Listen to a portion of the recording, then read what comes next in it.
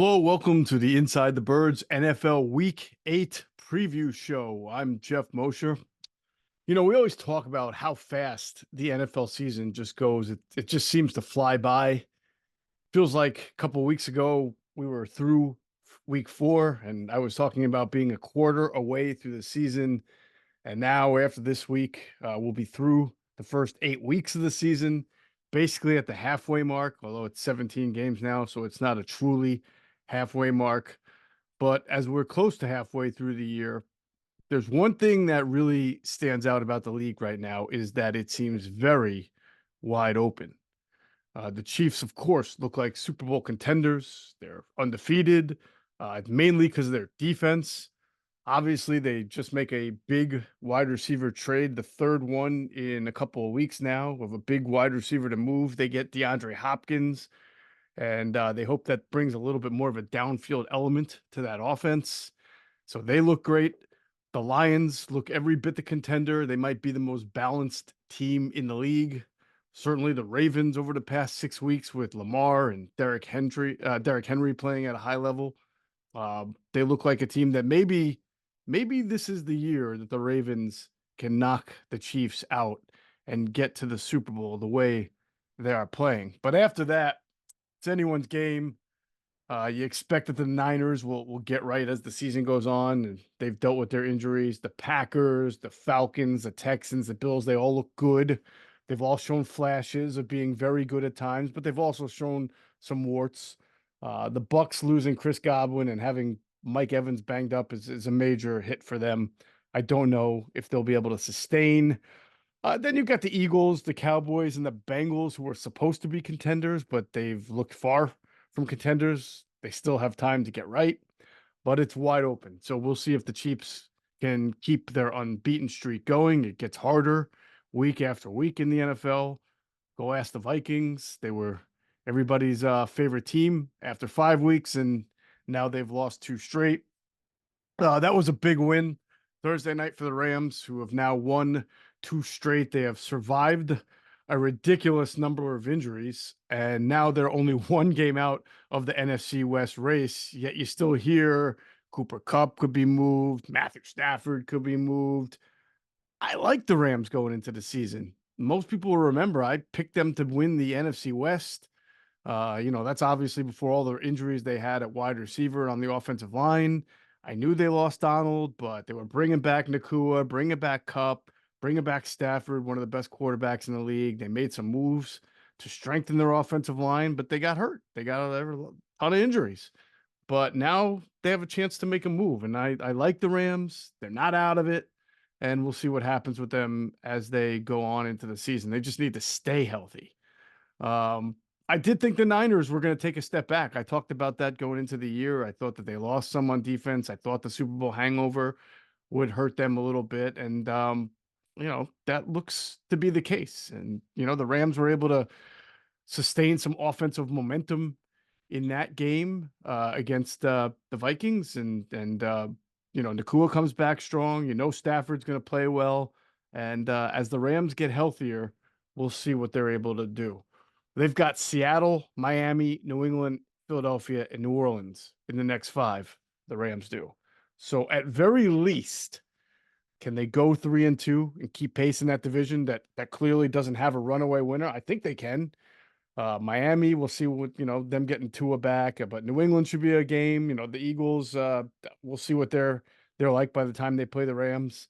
New Orleans has been besieged with injuries. Now they'll probably get healthier, but they're still not a great football team. So the Rams have an opportunity here in the next 5-6 weeks to keep pace in that division and make a move. They just have to stay healthy, which is always a thing with them.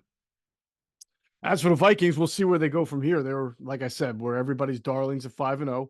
People were worried that Sam Darnold was going to come crashing back to earth eventually, but it's really been their defense the last 2 weeks that has not held up to standard. They've allowed 30 points in back-to-back games against the Packers and now the Rams. Lucky for them, their schedule lightens up. They get the Colts, and then at Jags, at Titans, at Bears, and then the Cardinals after that. So that's 5 weeks where you see some very winnable games in there for the Vikings. So they should be able to hold pace in what's become a very, very competitive NFC North. In fact, that is the premier division right now in the NFL. Who would have thought that going into the year? I mean, even the Bears are on a hot streak and they're in last place and they have a winning record. So really interesting division, the NFC North. It could be anyone's division. No more London games, so you don't have any 9 a.m. games to be watching this weekend. It all starts with 1 o'clock games. The Ravens at the Browns. The Ravens are 9-point favorites. Now the Browns will start Jameis Winston. We know Deshaun Watson's out for the year. Now Jameis Winston will get his chance to play quarterback. They don't have Amari Cooper anymore. He's off to the Bills. So I'm not sure how much Jameis is going to have to work with. Nick Chubb came back, got his feet wet last week. The Browns are healthier on the offensive line than they've been all year, and they've been pretty good on defense. So now maybe Jameis Winston can come in, stabilize the offense, hopefully move the chains a little bit. You know, Jameis Winston has always been a good quarterback who has been prone to turning the ball over. But you can't play at any lower level than Deshaun Watson was playing at. So you have to think that with Jameis getting in there, there's a chance that the Cleveland offense, now with Chubb back and in his second week here, you have to think there's a chance that the Browns offense can play better. Move the ball. They still have Judy. They still have Njoku. We'll see if somebody can replace the downfield element that Cooper brings. You know, they have a rookie, Jamari Thrash. We'll see if he can eventually get on the field. We'll see if Hillman makes a difference. But I think that they can be better and function better offensively, even against this Browns team. I'm sorry, even against this Ravens team. 9's a big number, especially for the road. It wouldn't shock me if the Ravens covered it, but I'm kind of got my eyes on the Browns now, who are a well-coached team who won 11 games last year when the backup quarterback stepped in. So I have my eyes on the Browns. Can they make some progress here? Can they give the Ravens a good game? I think they can. Defensively, they have been very good all year, but now they got to deal with Derrick Henry playing at a really high level and Lamar Jackson playing at an unbelievably high level. Marlon Humphrey's banged up. Zay Flowers is banged up, so maybe that hurts the Ravens a little bit. This game looks one-sided in nature, but it wouldn't surprise me if it's a little bit closer than the 9. Titans at Lions. Is that a big number? Lions favored by 11. Yeah, but it's fair. Titans are very good defensively, but they just have zero offense outside of their running game.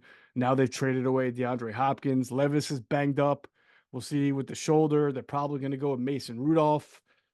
Doesn't look good for them. The Lions are getting basically a backup quarterback gift for the second straight game. They dismantled the Saints 33-10. There's really not much to say about this game. They could cover it very easily. They won't have Jamison Williams for 2 weeks because of a suspension.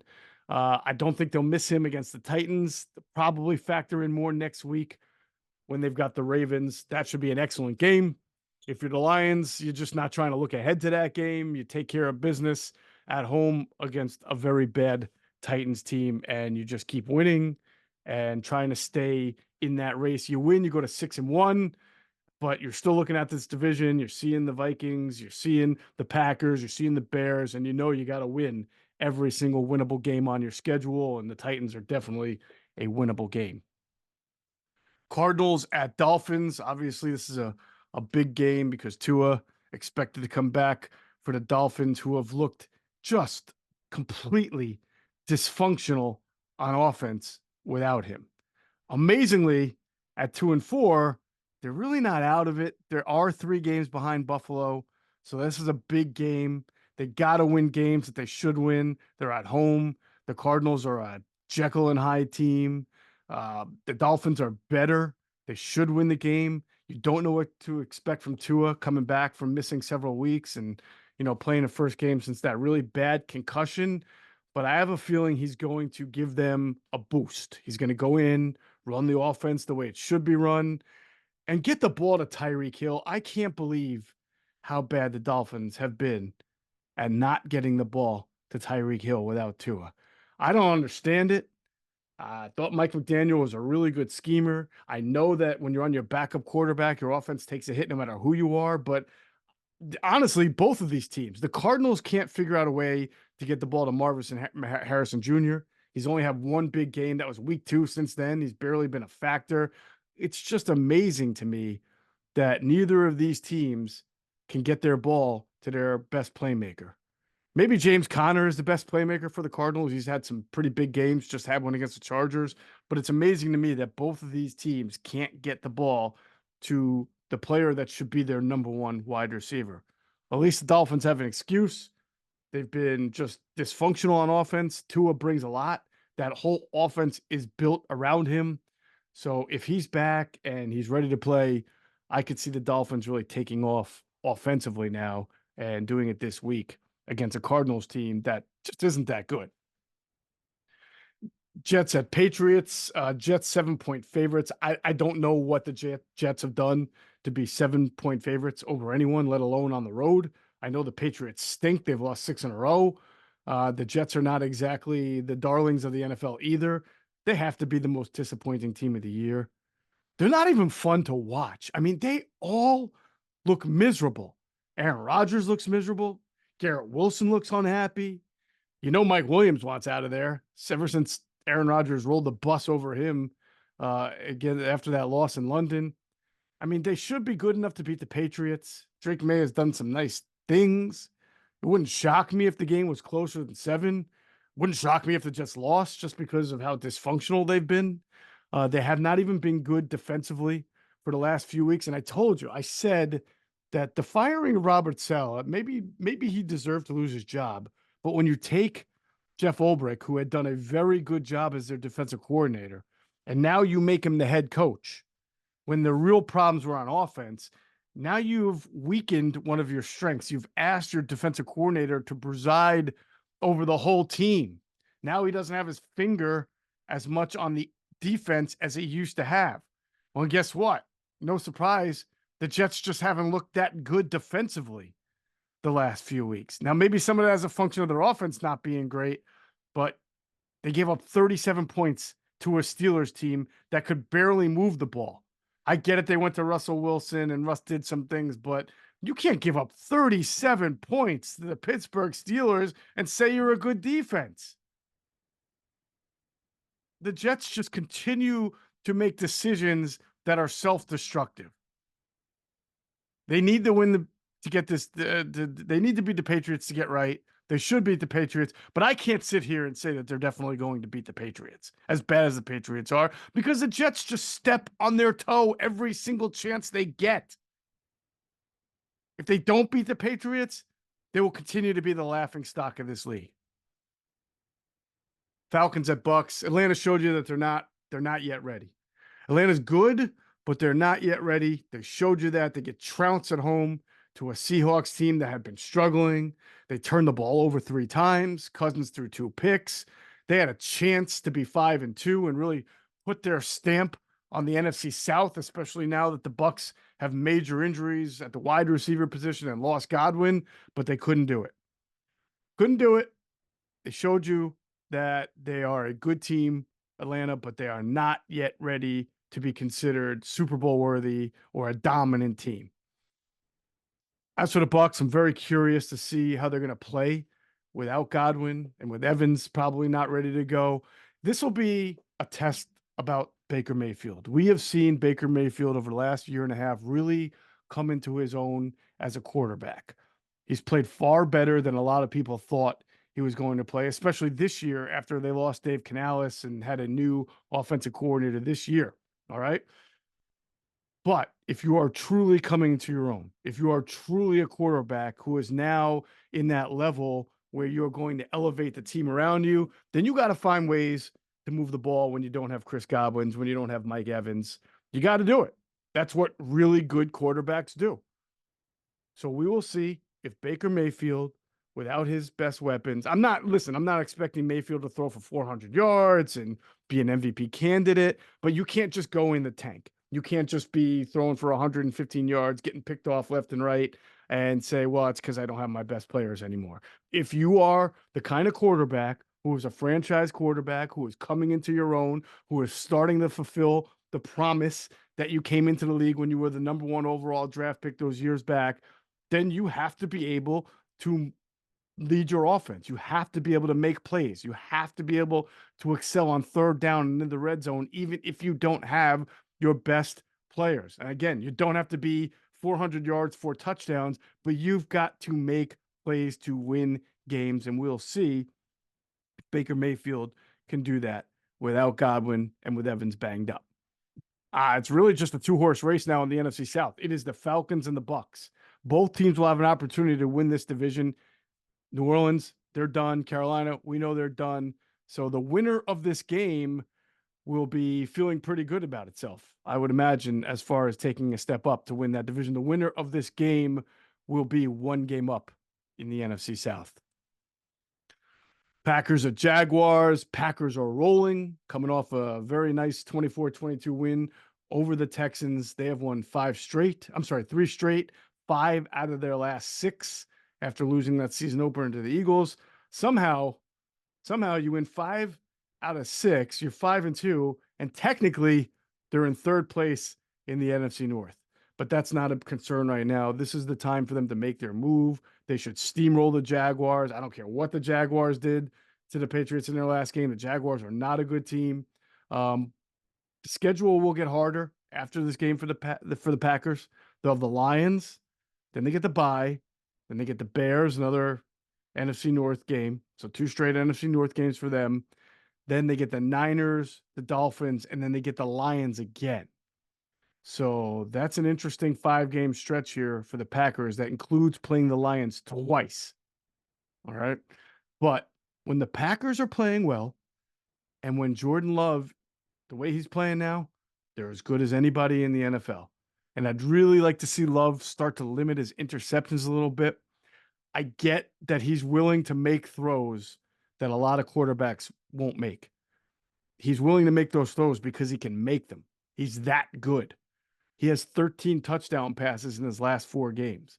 And the turmoil that was bugging the Packers for a little while there with Romeo Doubs, with their whole wide receiver group, lost Christian Watson for a little bit, got him back, right? The turmoil that they were going seems to be behind them.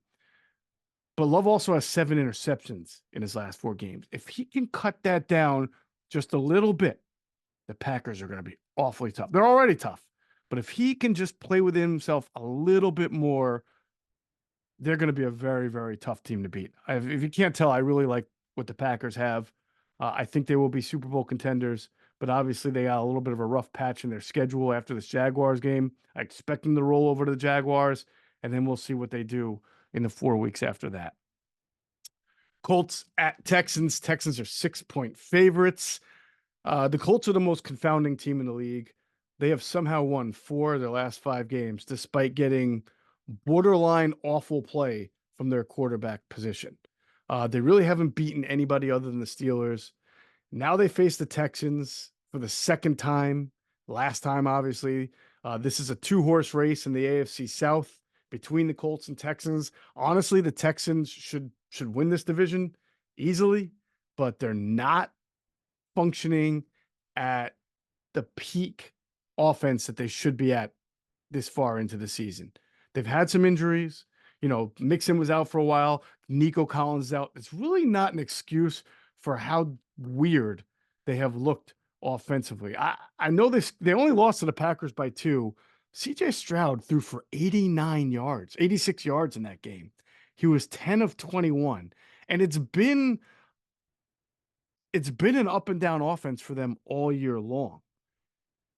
He's only had 2 games this year where I think he's thrown over 300 yards. He's had 2 straight weeks of under 200 yards.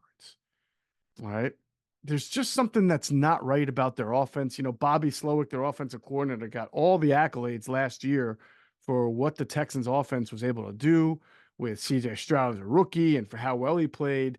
And now he's under scrutiny for not doing such a great job on offense. They've had injuries. I get it. But there's just something that's not right with their offensive concepts. And it's probably not going to be much easier this week against the Colts, who have played good defense all year long. But if the Texans are to be really considered real and Super Bowl contenders, they have to do better offensively, and you got to beat the Colts at home. If the Colts can somehow win this game, you they'll sort of continue to be confounding if they continue to win without getting good quarterback play. But if they win the game, you're looking at the AFC South and saying, hey, the Colts got a chance here. The Colts got it. And if they could ever just get decent quarterback play, you know, you'd start to think of them as a pretty legit team in the AFC. If they win this game, they'll be 5-3. And they'll finally have a win that you feel pretty good about. They've beaten the Bears at a time the Bears were struggling. They beat the Steelers, beat the Dolphins with no Tua. They beat the Titans. They really don't have a great win on their schedule, but beating the Texans, even with the Texans, offensive issues, would be pretty good. And being 5-3 with all the quarterback concerns they've had would be pretty good for the Colts there. Eagles at Bengals. Listen, this is a game between two we'll get into this on Inside the Birds pregame show with Adam and Greg, and we'll break this game down more. But it feels like a litmus test for both teams. The Eagles are coming off 2 straight wins, but people have questioned the strength of those wins, and you can say the same exact thing about the Bengals. They've both beaten the Giants, and amazingly, this is very odd, right? They are both coming off back-to-back wins over the Giants and the Browns, just in different order. So very similar teams here. Star power at wide receiver, star power at quarterback. Now Burrow's playing better than Jalen Hurts is playing. And we'll see. The Eagles defense starting to round into form. Bengals defense has played a lot better lately. But again, both those teams have only faced the Giants and the Browns in the last 2 games. So you're really not sure what you're getting here. Clearly, the Vegas odds makers don't believe that the Eagles are totally back either, because the Bengals are 2.5-point favorites in this game. All right, 4:00 games. Saints at Chargers. Chargers just aren't very good. I know they're 3-3. They should have not lost to the Arizona Cardinals. They basically snatched a defeat out of the jaws of victory. They let Arizona go down the field and get the field goal on their last drive. I thought Jim Harbaugh's offense, with Greg Roman being the offensive coordinator, I thought that they were going to do what they've always done, which is run the ball really well, which they do, and then set up some really good play actions, some downfield stuff for the quarterback, Justin Herbert. But Herbert has an incredible arm, but it hasn't been that way. He has been a big disappointment so far. 6 touchdown passes in 6 games. He's averaging 7.1 yards per attempt, which is very low. It's way too low for someone with his arm talent. He looks right now, Justin Herbert, like he just wants to throw the 6-yard out to his tight end all day long. He does not look to drive the ball downfield. He looks a little stuck in the pocket when the first read is there. I thought that Greg Roman and Jim Harbaugh were going to be able to bring a little more out of him, get that ball down the field. They're going to run the ball. They're going to try to play possession. They're going to put tight ends out there. But I thought they would be able to unlock Justin Herbert. And it looks like right now, Herbert just doesn't want to throw the ball down the field. Now, I get it. Quentin has been hurt. Their deep play guy has not been healthy lately. Lad McConkey is not really a deep play kind of guy. He's more of a route runner, intermediate level, but they have Palmer. He hasn't really been unlocked. They got Jalen Reagor out there. I saw he had a 41-yard catch, but he had a fumble. They're trying to get the ball down the field, I imagine, but it's just not working. I think you have to put a lot of that on Herbert. But they do face the Saints. The Saints are sitting here crying uncle. I mean, they've got so many injuries. You lose count. I've lost count. I said last week, they look like a farm team. They've got so many backups in key positions, and I don't see too much relief in sight for them. I don't know if a team has ever started off 2-0, averaging 40 points a game, and then lost every game the rest of the way. I imagine the Saints will figure out a way to win at some point between now and the end of the year.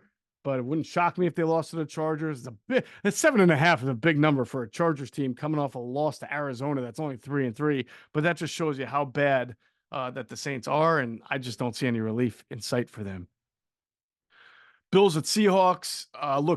Seattle coming off a really nice win against the Falcons in Atlanta. That was a get-right game for their offense. Geno Smith looked really good in that game, made some great throws. Amazingly, the Seahawks are leading the NFC West at 4-3, and they come home now where they used to be a very tough team. It was always very tough to beat Seattle in Seattle. They've actually lost, though, their last two games there. One of those losses was to the Giants. They've lost to the Giants. They lost to the Niners on Thursday Night Football at home, and they're underdogs.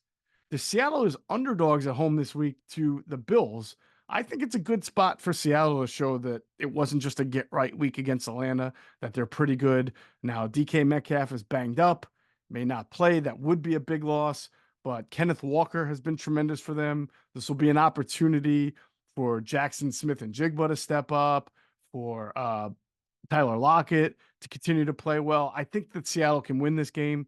As long as Geno continues to play well. The Bills did look good in Amari Cooper's debut, but they were playing the Titans. They won 34-10. Their offense really got rolling for the first time since week 2. The Bills have not been great on the road this year. They have 2 losses, and both of them have come on the road.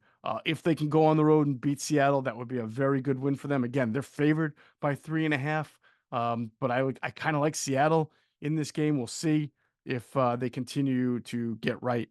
The Seattle's defense is still a work in progress, but offensively at home against this Bills team, this would be a good game. I would expect this to be a very, very good game. Panthers at Broncos. The Broncos have beaten up on bad teams this year.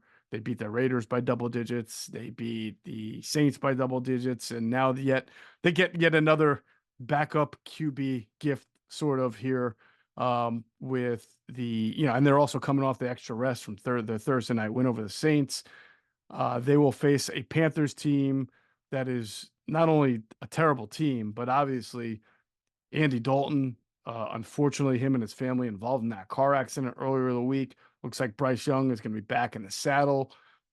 We'll see if Bryce Young learned anything by sitting out and being on the sideline for, about a month here. But it's hard to go into Denver against that Broncos defense and get a win. So while 9 points seems like a big number, the Broncos have done this to bad teams. They've beaten bad teams by double digits this year, and I just don't know if the Panthers are going to have enough. I just don't know what to expect from Bryce Young. I have no idea if the time off was going to clear his head and make him a better quarterback, or if he's going to get in there and be walking into a buzzsaw. The bottom line is he needed to get back in there at some point. The Panthers need to know what they have, if they have anything at all, in Bryce Young, as they're probably going to be picking in the top 5, if not number 1 overall, and they're going to need to know if they need to draft a quarterback again. Chiefs at Raiders. Chiefs are 10-point favorites. Yes, 10-point favorites on the road. That's how bad the Raiders are. Now, it's hard. It's hard to be undefeated week after week after week in the NFL. It doesn't matter how good you are. You very rarely see teams undefeated 7-8 weeks into the season. The Raiders always get up to play them. The Raiders hate them. They hate each other. It's a rivalry game, but the Raiders stink on ice. So this might not be the week that the Chiefs suffer their first loss. Now, after the Raiders, the Chiefs will have the Bucs. Then they're going to play the Broncos at home. Then they get a road game against Buffalo. Then they go on the road to Carolina. That Buffalo game suddenly becomes very interesting at Buffalo. 4:25 game. Everyone's going to get to see it. We'll see what Buffalo is at that point. Should be a very good game. It's always good when the Chiefs and the Bills meet up. Everybody remembers the game from the playoffs a couple of years ago that went to overtime. It's talked about constantly. I don't think Buffalo right now looks like the number 1 contender to knock the Chiefs off. I think that would be the Ravens at this point, but that game is 3 weeks away, 4 weeks away. So we'll see what it looks like. Until then, the Chiefs roll. They get DeAndre Hopkins. They play the Raiders. The Raiders are just the Raiders won their Super Bowl in week 2 when they beat the Ravens. Came back from down 13. Ever since then, it's been nothing but injuries, losing players, trading away Devontae Adams, their quarterback in and out. Looks Minshew is now back with O'Connell hurt. I don't see a winnable game for the Raiders until week 15 when they play the Jags. I'm not saying they're not going to win until week 15. What I'm saying is every opponent on the Raiders schedule until week 15 looks like a team that should beat the Raiders. And then week 15, they'll get the Jags, then the Saints, and then the Chargers back to back to back. But by then, the Raiders aren't going to want to win any games. They're going to want that number one pick as well. They're going to want to find their quarterback of the future. So you wonder by that point, by week 15, are the Raiders just basically in the tank? Bears at Commanders. I've been looking forward to this game for a couple weeks, and it's kind of a shame that Jaden Daniels is banged up and they're uncertain. Sounds like he's going to be a game time decision with his rib injury. I've been looking forward to this game. It's going to be Caleb Williams versus Jaden Daniels for the rookie of the year on the line, maybe at stake. I mean, that looked like rookie of the year looked like it was going to be Jaden Daniels' runaway after the first 3 weeks. But the Bears have played very well over the last few weeks. They're 4-2. They've won 3 straight. Caleb Williams has looked really good ever since the Bears started running the ball more, letting their defense take over. They have an elite defense. Their running game has been good. They haven't put the entire game on Caleb Williams' shoulders. And when they do that, you start to see a better Caleb Williams. And then after this game, the Bears have the Cardinals and then the Patriots. So if the Bears can win this game and get to 5-2, you could easily see them being 7-2 after 9 weeks. And that would be an unbelievable record for the Bears. I mean, it's already been good for the Bears after the way they started the season to be 4-2. If they can get to 7-2 and make this 4-horse race in the NFC North with the Lions and the Vikings and the Packers.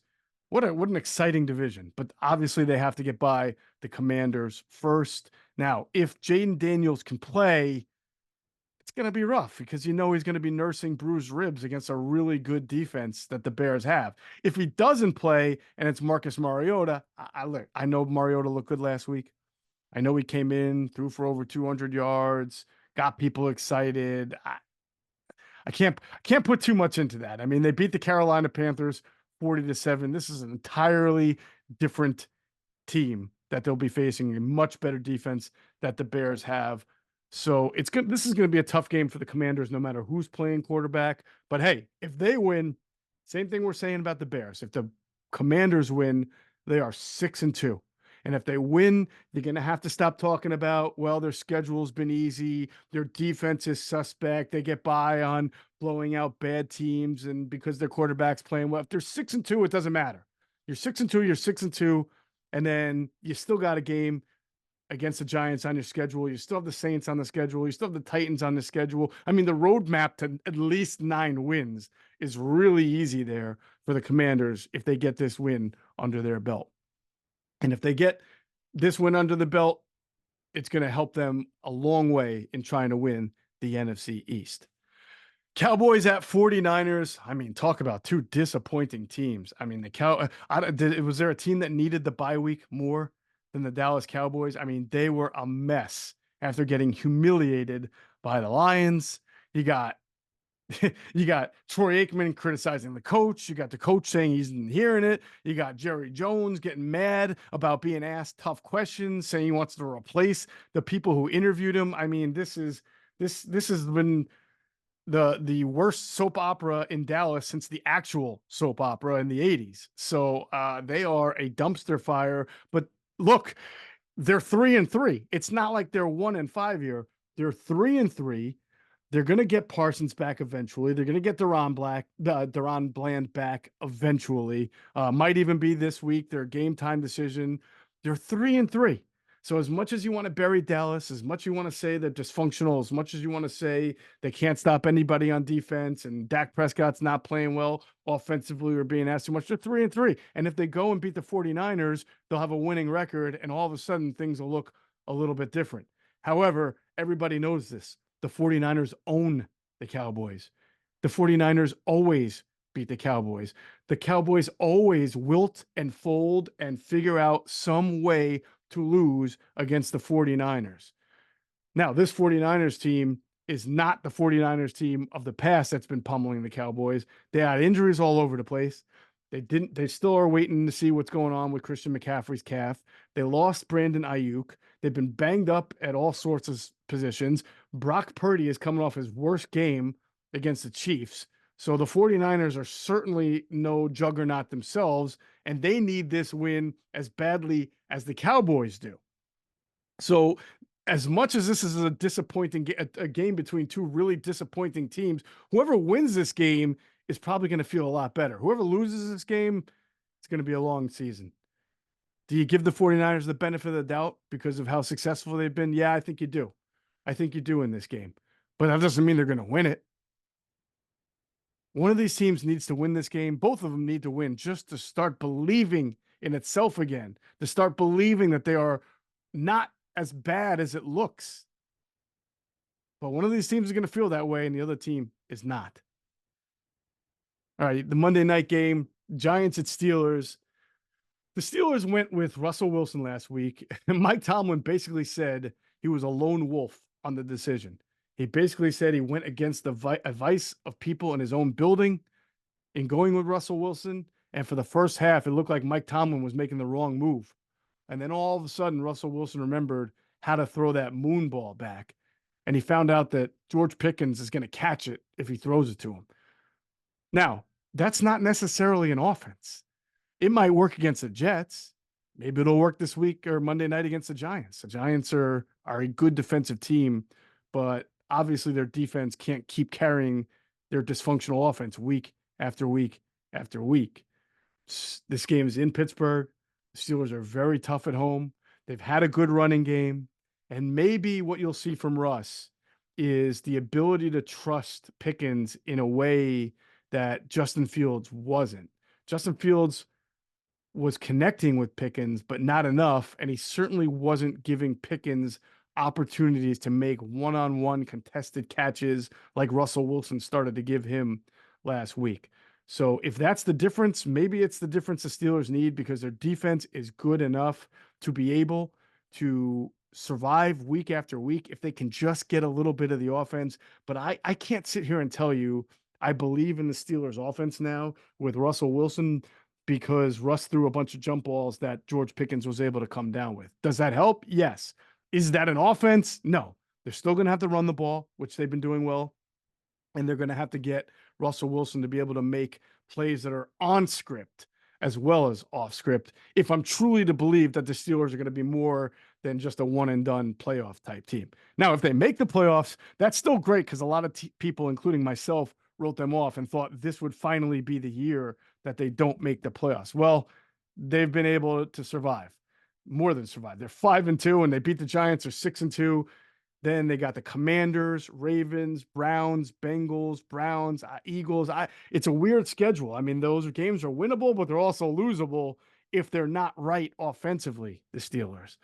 So we'll see if Russell Wilson can continue to improve this himself and improve defensively. I don't think we're ever going to see the Russell Wilson from Seattle, but maybe you get a somewhat better version than the guy you saw in Denver, and maybe that is just enough to win games, win more than you're going to lose from here on out.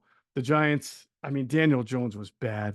He was really bad. For a guy who I thought was improving, when they beat Seattle, when they gave a semi-good game to the Bengals, I thought he was improving.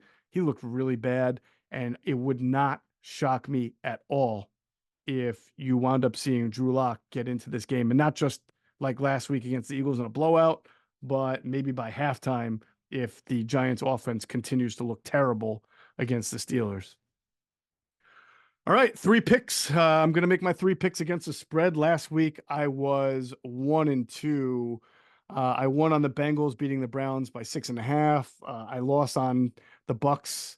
I thought the Bucks would cover the 3.5 against the Ravens. They didn't, lost by 10.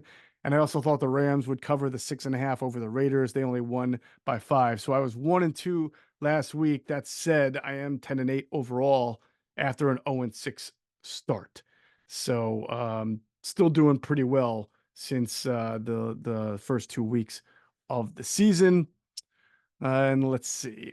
This week, I'm 11-10 overall after an 0-6 start. 11-10. So that would be 11-4 over the last, what's that, 5 weeks. This week, I am going to pick the Seahawks at home to cover the 3.5 that they're getting against the Bills. I already talked about that game. I think the Seahawks are better than maybe their record suggests. Not great, but I think when they come home against this Bills team, they're going to be galvanized by that win over Atlanta. Uh, I probably should stay away from this game, not knowing exactly if Metcalf is going to play or not. But if you give the Seahawks 3.5 at home, I think that they're good to cover. I like the Chargers 7.5 over the Saints. I really don't like the Chargers as a team, but what's to like about the Saints? 7.5. The Saints are very, very tough watch right now. The Chargers aren't very good, but I can see them winning this game like 14-3. The Bears, I'm going to take the Bears over the Commanders. You can tell that I really like the Bears defense and that I'm uncertain what the Commanders are going to get offensively with either Mario starting or with Jaden Daniels playing with some banged up ribs. So I will take the Bears, who are 1.5 point favorites in Washington, to win that game. Probably a risky pick. It's not like the Bears are a sure thing at all, but I definitely like how their defense is playing. And, when it's 1.5, that basically means you win by a field goal. Yeah, I think they can win by a field goal. So I'm taking the Bears 1.5 at Washington. Those are my 3 picks. And that'll do it for this look at the Week 8 NFL games. Everybody enjoy your football watching. Catch you on the next one.